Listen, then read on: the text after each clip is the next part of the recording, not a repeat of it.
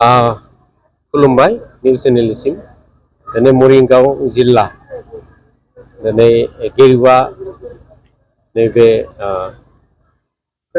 सेंमारा बाथौ थानसालियाव मोनसे मरिगाव जिल्ला डिस्ट्रिक्ट कमिटि बड' पिपल्स पार्टी दानायनि हाबाफारिमोन बे दिनै जोबोद गाजा गोमजायै जाना थांबाय जोबोद बाख्नायथाव बाथ्रा आरो दिनैनि दिनाव पेरेन्ट बडि आरो वमेन बडि आरो लोगोसे इयुथनि जोङो मोनथाम दालाय बेखौ दाफुंनाय जादों आरो आफादगिरि महरै प्रसेनजित खाख्लारि आरो गाहाय नेहाथारि महरै मनेस्वर बाग्लारि पेरेन्ट बडिनि बेनिफ्राय बिनि उनाव दङ वमेन विंसनि डेनिमाय बर' आरो गाहाय नेहाथारि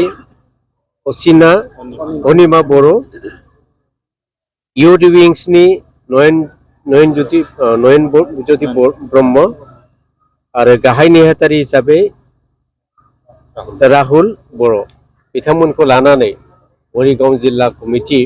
बड' पिपल्स पार्टी मोनथाम विंसनि दिनै दाफुंनाय हाबाफारि जोब्बाय जोबोद बाख्नायथाव बाथ्रा मरिगाव जिल्लानि गोबां इस्युज दं आरो गोबां जेंना दं आरो लोगोसे बिथांमोना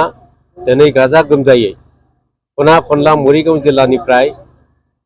गाजा गोमजायै जेरैबायदि बाहागो लाबाय जोबोद बाख्नायथाव आं बिथांमोनखौ रोजा रोजा साबायखर बावबाय उननि सम हाबाफोरनि फैगौ हाबाफारिफ्रावबो बिथांमोना गाजा गोमजायै बाहागो लागोन आरो जोंहा जा थांखि बिथांखि बर' कसारि वेलफेयार अट'नमास काउन्सिलाव जोङो बिजाथि होनानै जोङो बे बिजाथि महरै जोङो केन्डिडेट बा बाहागो लागोन आरो बेखौ जोंनि थांखियानो जाहैबाय बर' कसारि वेलफेयार अट'नमास काउन्सिल जोङो दखल खालामनाय बेजों लोगोसे जोंनि बर' कसारि वेलफेयार अट'नमास काउन्सिलाव थानाय बर'फोरनि जेसेबां जेंना राव हारिमु थुनलाइ आरो माखासे जौगाथाय आरो राजखान्थि बिथिङाव जोङो बर' रायजो राजाफोरखौ बड' पिपल्स पार्टीनि जानानै जोङो सांग्रांथि आरो जौगाथाय लाबोनो थाखाय जोंनो बे हाबाफारिखौ लादों आरो जोङो दा जिल्ला जिल्ला दानाय हाबाफारिखौ मावफुंगासिनो दं गोजोन्थों बे जोबोद दुखुनांथाव बाथ्रा बर' कसारि वेलफेयार अट'नमास काउन्सिलाव जायफोर chief Mihineshwar Basumatary deputy chief रमिय' पि नार्जारी चेयारमेन अनिल बसुमतारी सिजन बसुमतारी भाइस चेयारमेन आरो माखासे जायफोर एक्जिकिउटिभ मेम्बार हिसाबै मावफुं सोद्रोमा हिसाबै दं बिथांमोननि जा काउन्सिल दा दिनै फैयै फैयै बोसोरबा आगान सुरबाय बे बोसोरबा आगान सुरसेयावबो बिथांमोना जा सरकारनि बिथोन बादियै मोनसेबो मावफुंनो हायाखै बेनो जाहैबाय भिलेज नटिफिकेसन बेजों लोगोसे समस्ति दानाय आरो भटार लिस्ट बेखौ दासिमबो खालामफुंनो हायाखै बेनिखायनो जोंनि बिटिसिनि बायजोआव थानाय बर' रायजो राजाफ्रा जोबोद दुखु मोननाय जादों आरो इक'नमिकेलि बा रां राशि बिथिङाव जोङो बे बोसोरबायाव गभर्नमेन्ट दानानै बा गणतान्त्रिक बेसिसाव सरकार दानानै जा जोङो सरकार सामलायनो हागौमोन गोबां रां बा जों आसाम गभर्नमेन्ट सेन्ट्रेल गभर्नमेन्टनिफ्राय बेखौ मोनगौमोन दा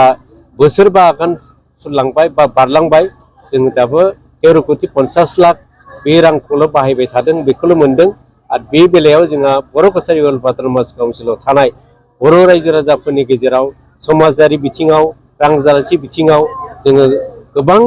इयुन जानायनि नुदों बेनिखायनो जोंनो पलिटिकेल पार्टिनि गेजेरजों जों आवगायगोन आरो जोंनि पलिटिकेल बा राजनितिक भाबे जाखिनि इस्युस बेफोरखौ डिमान्ड खालामनो थाखाय जोङो पलिटिकेल पार्टिजोंनो जोङो आवगायनो सानदों गोजोन्थों अदालगुरि हालामनि रायजो राजाफोरनि थाखाय गोजोनथाव खौरां अदालगुरि नोगोरनि गलमा सकआव गोदानै केगवायारि अट'मबाइल्स बेखेवदों गलमा सकनि ब्रह्म पेट्रल पाम्पनि साखाथियाव सुजुकी हुन्डाई मारुति कारफोरनि रिपेयारिं वाशिं नांगौ रोखोमनि खालार होनाय जायो लोगोसे बेवहाय अरिजिनेल पार्ट्सफोरखौबो मोननो हागोन